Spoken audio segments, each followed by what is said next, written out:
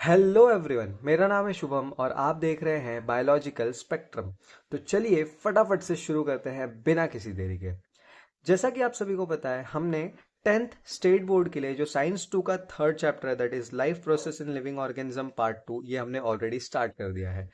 आज के इस वीडियो लेक्चर में इस चैप्टर को आगे बढ़ाते हुए हम लोग आगे का हिस्सा देखेंगे।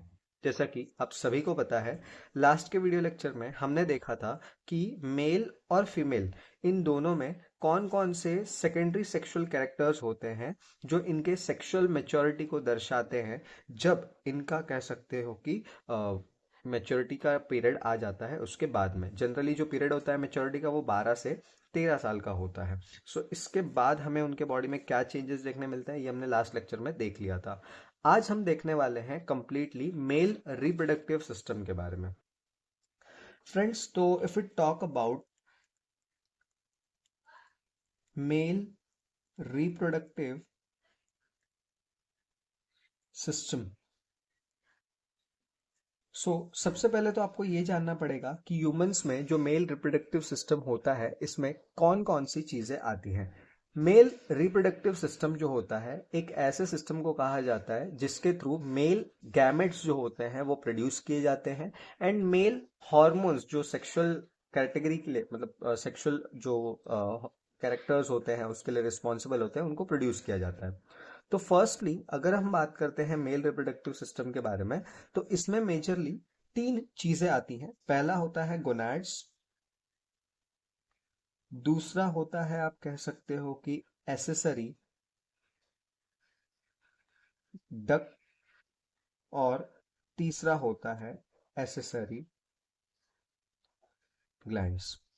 तो फ्रेंड्स, ये सारी चीजें जो होती हैं मेल रिप्रोडक्टिव सिस्टम के अंदर आती हैं। एक एक करके इन सभी चीजों को हम डिस्कस करते हैं। Firstly we are gonna discuss about gonads. Friends, अगर हम बात करते हैं मेल रिप्रोडक्टिव सिस्टम के बारे में, तो जो गोनाड्स होते हैं उनका नाम होता है टेस्टिस, और ये सिंगल पेयर प्रेजेंट होते हैं।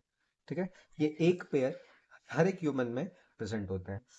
फिर अगर हम बात करते हैं इनके शेप के बारे में, तो ये ओवल होते हैं। इनका जो शेप होता है ये ओवल होता है।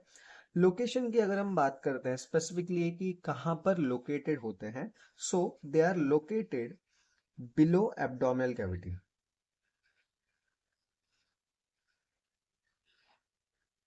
ये एब्डोमिनल कैविटी के नीचे लोकेटेड होते हैं, inside a sac like structure called, inside sac like structure called as scrotum. एक स्क्रोटम होता है पाउच लाइक स्ट्रक्चर, उसी में गोनाड्स जो होते हैं, जो मेल गोनाड्स होते हैं, डेट इज टेस्टिस, वो लोकेटेड होता है। ये एब्डोमिनल कैविटी के ठीक नीचे होता है। गोनाड्स की अगर हम बात करते हैं फ्रेंड्स, तो गोनाड्स दो टाइप के फंक्शनिंग शो करते हैं। पहला इनका फंक्शन होता है टू प्रोड्यूस स्पर्म। ये इनका पहला फंक्शन होता है। Sperms are male gametes. Sperm जो होता है ये मेल गैमेट होता है, और यही गैमेट आगे चल के फर्टिलाइज होगा। इसके फर्टिलाइजेशन से सेक्सुअल रिप्रोडक्शन सक्सेसफुल होगा। और दूसरा जो इसका काम होता है, इट टू प्रोड्यूस हार्मोन। कौन सा हार्मोन? टेस्टोस्टेरोन। फ्रेंड्स, जो लास्ट लेक्चर में हमने पढ़ा था कि मेल के अंदर ये सारे कैरेक्टर्स आते हैं, that is growth of facial hairs, harshness of voice, broadening of pectoral girdle, ये वाला। फिर उसके बाद growth of hairs on reproductive parts and all. So ये जितने भी सेकेंडरी सेक्सुअल कैरेक्टर्स हैं जो आफ्टर सेक्सुअल मेच्योरिटी आती है, वो इसीलिए आती है बिकॉज एक मेल के बॉडी में आफ्टर प्यूबर्टी या फिर आफ्टर मेच्योरिटी ये हार्मोन जिसका नाम है टेस्टोस्टेरोन, ये रिलीज होता है। और यही जो हार्मोन होता है ये रिस्पॉन्सिबल होता है, कह सकते हो कि सेकेंडरी सेक्सुअल कैरेक्टर्स के लिए।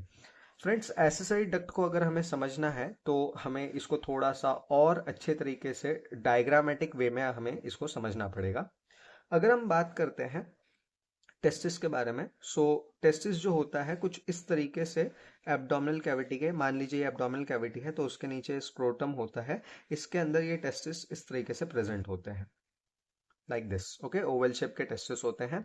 टेस्टिस के अंदर जब स्पर्म बनता है तो वो स्पर्म टेस्टिस से बाहर आता है, एक डक्ट रहता है जिसका नाम होता है एपिडिडाइमिस, जो कि इस तरीके से साइड में कॉइल्ड होती है, लेटरल साइड में कॉइल्ड रहती है, ये आपको याद रखना है। तो ये कॉइल्ड डक्ट जो होता है स्पर्म को बाहर निकाल कर लेकर आता है, इसका नाम होता है एपिडिडाइमिस।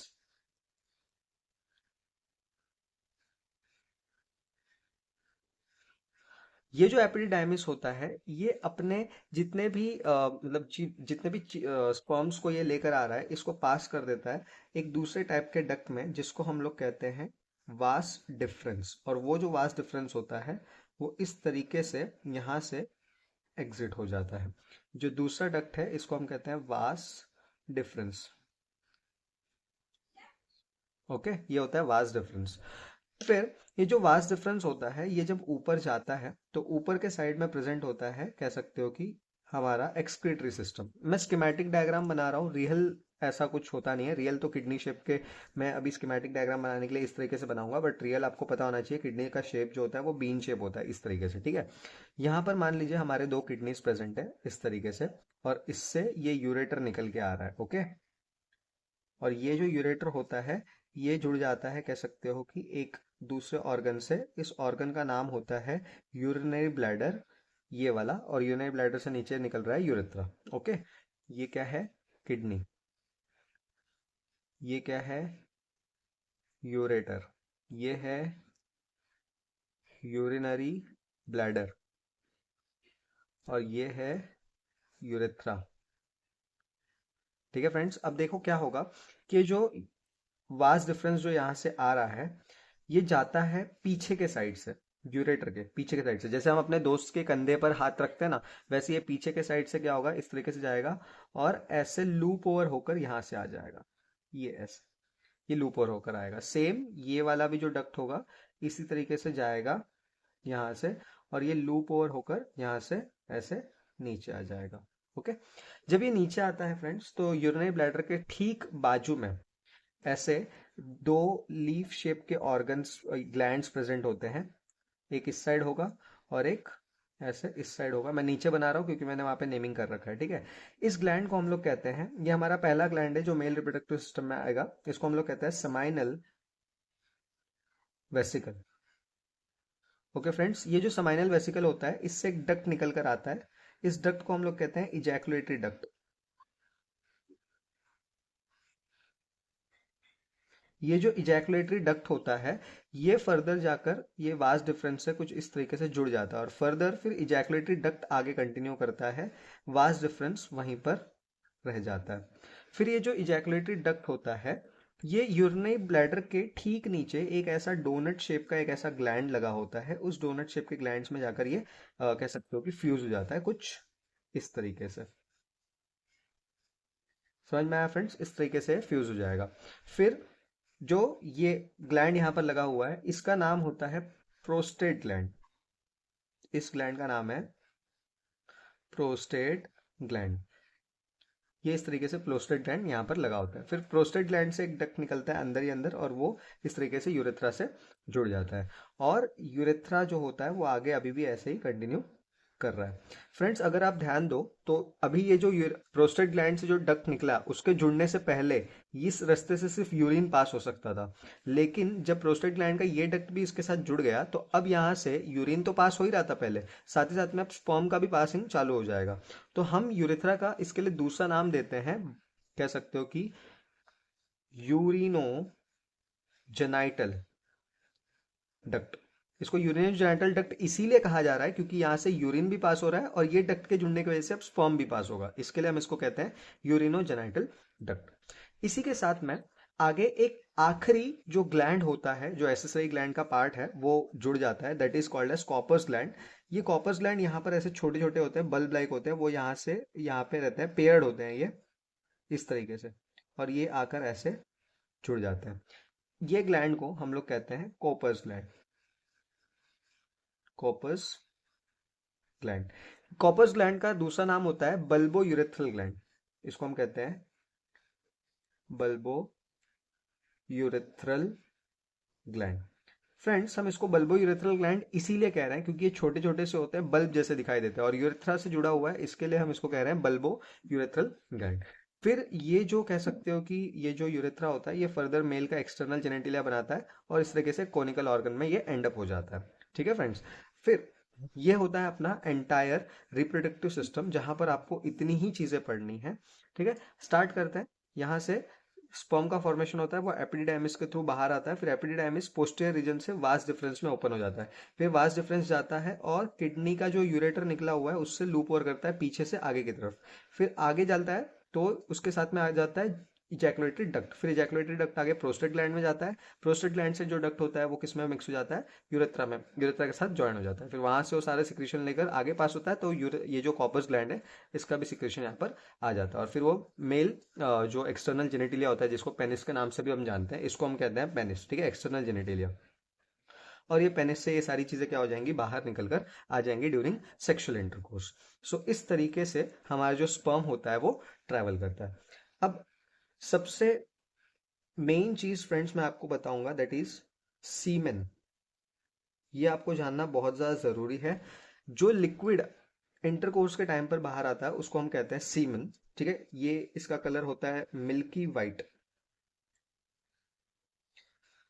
और ये जो लिक्विड है जिसका नाम सीमेन है, इसके अंदर बहुत सारी डिफरेंट डिफरेंट चीजें पाई जाती हैं। इसमें सिर्फ 10% स्पर्म होता है, सिर्फ 10%। फ्रेंड्स, सिर्फ कितना होता है, 10% होता है। बाकी का 60% जो होता है वो होता है secretion of seminal vesicle.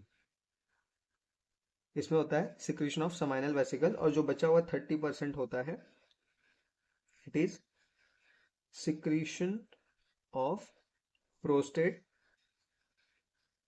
And Cowper's gland, ऐसा आप कह सकते हो। ओके, सो ये मिलाता है और बनाता है अपना 100% ऑफ सीमेन, जिसमें 10% स्पर्म है, 60% सेमाइनल वेसिकल का सिक्रीशन है, 30% प्रोस्टेट और कॉपर्स ग्लैंड का सिक्रीशन है। ये टोटल चीजें मिलकर बनाती हैं सीमेन, जो कि इंटरकोर्स के टाइम पर रिलीज किया जाता है with the help of male reproductive system. Friends, यहाँ पर जो मेल रिप्रोडक्टिव सिस्टम वाला टॉपिक है खत्म हो चुका है। नेक्स्ट वीडियो लेक्चर में हम फीमेल रिप्रोडक्टिव सिस्टम के बारे में स्टडी करेंगे और फिर वहाँ पे फर्टिलाइजेशन वाला इवेंट वगैरह हम लोग वहाँ पर पढ़ने वाले हैं। अगर आपको वीडियो अच्छा लगा, कुछ सीखने मिला इस वीडियो लेक्चर से, तो वीडियो को लाइक करिए। चैनल पे नए हो तो चैनल को सब्सक्राइब करिए। नेक्स्ट वीडियो लेक्चर में इससे भी आगे का टॉपिक हम लेकर आएंगे। तब तक के लिए thank you and bye bye, take care.